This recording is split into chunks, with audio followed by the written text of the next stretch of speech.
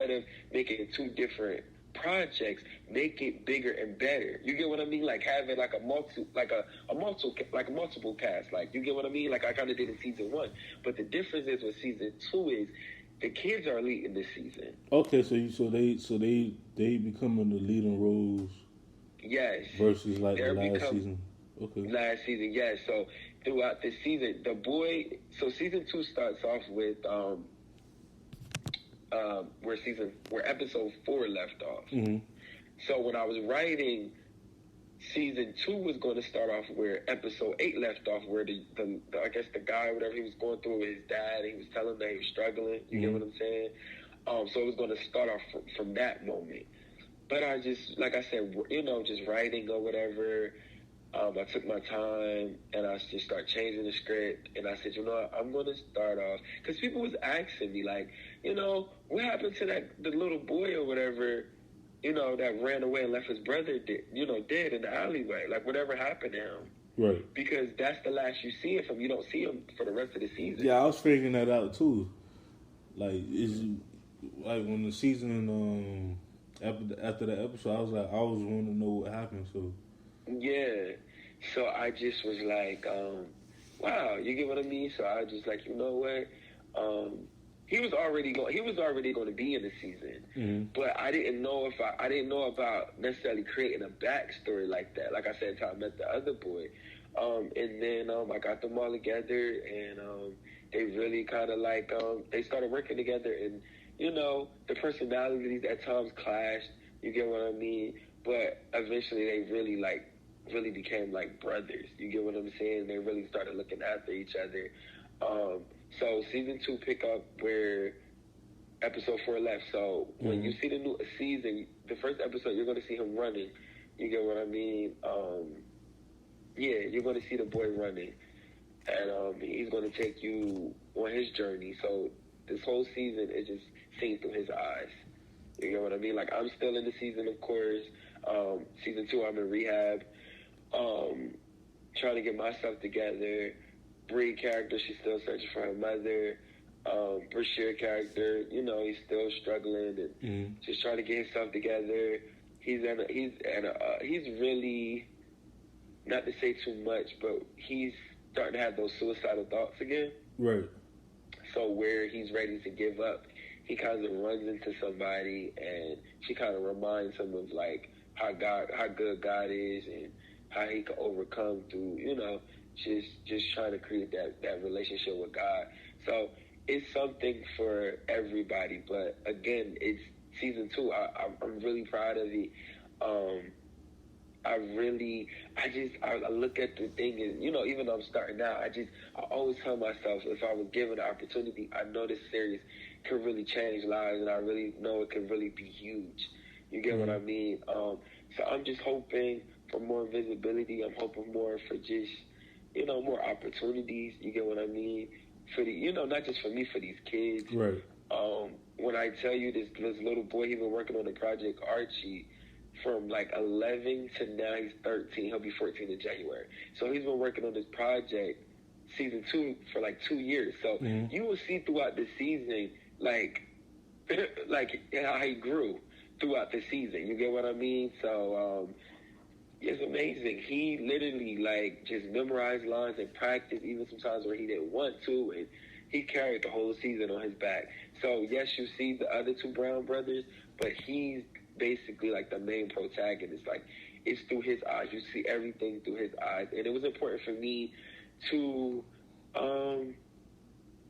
have kids lead it. Right. Because I feel like as an adult, sometimes we forget what it's like being a child, and how I grew up was like kids were seen and not heard.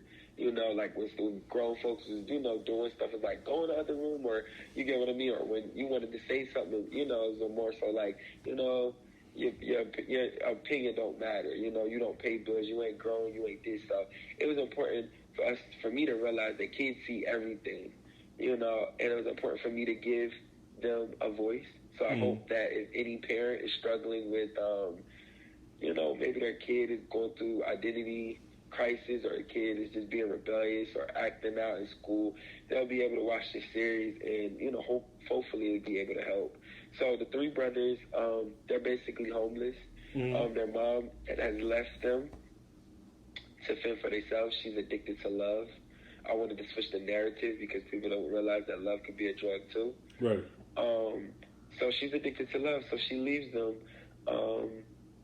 She has an eviction notice, and she leaves the brothers to fend for themselves. You know, so she checks on them. She calls them, you know, maybe every couple of weeks to see how they're doing. But predominantly, they're living in bathrooms and they're living outside. They're just figuring it out. And these are 10, 11, and 12. You get what I mean? So it's just a powerful story that only kids could tell. So even though I wrote it, I couldn't tell their story. You know, so they just brought the characters to life. So you'll just see like these kids, you know, just still getting up and trying to make it to school, even though they know, like, okay, I had to wash my clothes, you know, in the river, or I had to do this and that, and, you know, cover for each other. Make sure when we get to school, we don't say this and that, and, you know, so it's like you see these kids, they're like grown-ups, basically. You get what I mean? So, and they just really yearning for their mother's love, and she doesn't have it to give them. Yeah, I can't wait for that. I already know it's gonna be crazy. Yeah, it's gonna crazy. show another perspective, especially it's really crazy. And we also, I want to say one more thing. Another thing is domestic violence. Okay. We definitely going to talk about that. That's in the season. What other so domestic? I think it's one more other storyline. I think that's it. Domestic violence. We talk about gangs, why kids join gangs. So you'll see some of that stuff. Like I said in the series, the peer pressure. You get what I mean? The kids, of course, they want to look a certain way. They're robbing, and I wanted to humanize it because, like I said, it do get a little bit street, but it's not like street where it's like The Wire. It's humanized. So you see why are these kids stealing? Because they hungry. They don't have any parental guidance. They don't have nobody telling them do this, do that. They're raising themselves.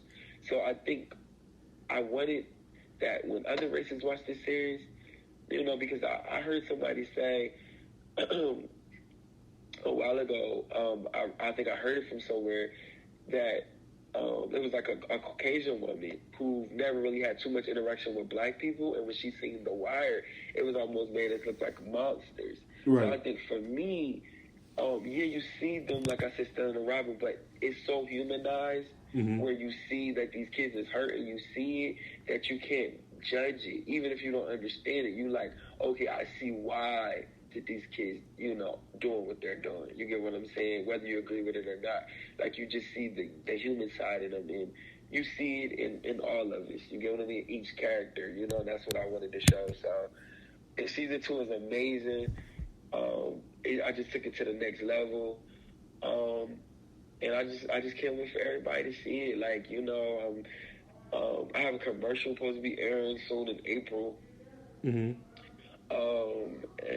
I'm just, like I said, I'm hoping, you know what I mean, for big things and stuff like that. And we'll just see. And if it's not, I'll just keep grinding, you know, until something happens. And if it's not this project, it'll be another project. You get what I mean? So I'm just going to keep putting it out there. And that was important for me, not to wait for nobody to give me an opportunity for me to create it for myself. Yeah, like I said, like I can't wait. And you say you already working on season 3? Yes, we just started working on season 3, so I'm trying to get the cast together for that. We started filming October. So season 3 is going to be a little bit more shorter. It's going to be more like a 4-episode event, but the episodes are going to be a bit longer. You get what I mean? Some of the episodes is like 15, 20 minutes. The third season is going to be more like 35, maybe 40 minutes. So it's kind of like a 4-part, I would like to say a 4-part movie. Like, it's going to be longer episodes. You get what I mean? It's going to be more content. So, but that's way in 2021. You get what I mean? Yeah. So, but season 2 is coming, and it'll be out in 4 months. I'm actually having a viewing party in my city where I'm at. We're going to have a billboard in the city. and like I said, it's, you know, all coming out of my pocket. You get what I mean? But I love the series, you know, and I felt like if I wasn't a part of it or I didn't create it, like I would still watch it because it's a message in it. You get what I mean? Like, and like I said, I want to see our people do better. I want to see us heal because I know we all been through, you know, life. You get what I mean? And I want to see us do better as Black people. And we talk about mental health and just all that type of different stuff, you know, that I feel like we as Black people, the community, is not talked about. You know what I mean? Right. And that's another question I wanted to ask you. When you think you will stop writing hurt people? What season you think it will stop at, or would you keep going until you just come out with new ideas for another series or try to turn it into a movie? To be honest with you, as far as right now, season 3 possibly may be the last season. But the fourth and final season, I might do like a book. Right. You get what I mean? But as of now, season 3 probably might be the last season. But yeah, season 3 might be the last one. But like I was saying, if I write a book to conclude it, it would really be like the book that'll be the last season. But visually, season 3 possibly, because people don't understand. It takes thousands and thousands and thousands of dollars to create a show, and it takes time. You know, the Hurt People series, it takes up my life. You get what I mean? Like, you know, when somebody's acting, they can come, practice, and they shoot, they going about their life. For me, like I said, it's editing, it's directing, it's writing, it's producing, it's locations, I'm also an actor in it. You get what I'm saying? It's funding the project. It's a lot. You get what I'm saying? So yeah. So season 3 is probably most likely going to be the last season, unless something happens spectacular. You get what I mean? But season 3 probably will be it. And after season 3, I'm hoping to, like I said, end it with a book. Where I could go more in detail, because it's certain things that I'll be wanting to go more in detail, but because I'm not privy to having certain locations like hospitals, or you get what I mean, that I can't really go too deep in certain characters or places. You get what I mean? So I feel like with a book I could exercise a little bit more. So yeah, I would say 3 probably. I'm also just thinking about doing a documentary. But it's not set in stone, so I don't want to like put it out there. But I've been thinking about it. I've been talking to the guy that I've been working with. But each season, it just becomes more and more, like I said, more expensive. So it's a lot when you still got to live regular life. You still got regular bills. Right. You get what I mean? So, I mean, if I had like an opportunity where, somebody saw it and was like, hey, we want to help fund it, then I would probably keep going. You get what I mean? But when you got regular bills and trying to, still make it and survive and get by, it's almost impossible. Right. Yeah. And I'll read that book too. Definitely. I appreciate it. You was talking about Tyler Perry earlier. Is that someone that you looked up to? Yeah, I think when I was younger, I was just telling my cousin, we was talking. I respect his hard work. Like, I respect his work ethic, and I feel like you could say whatever you want about him, but his work ethic is just like uncanny. You know what I'm saying? Like, people don't understand what it takes to make one show. You get what I'm saying? Like, when I was watching Power the other day, it was about 50, 60 people in the credits.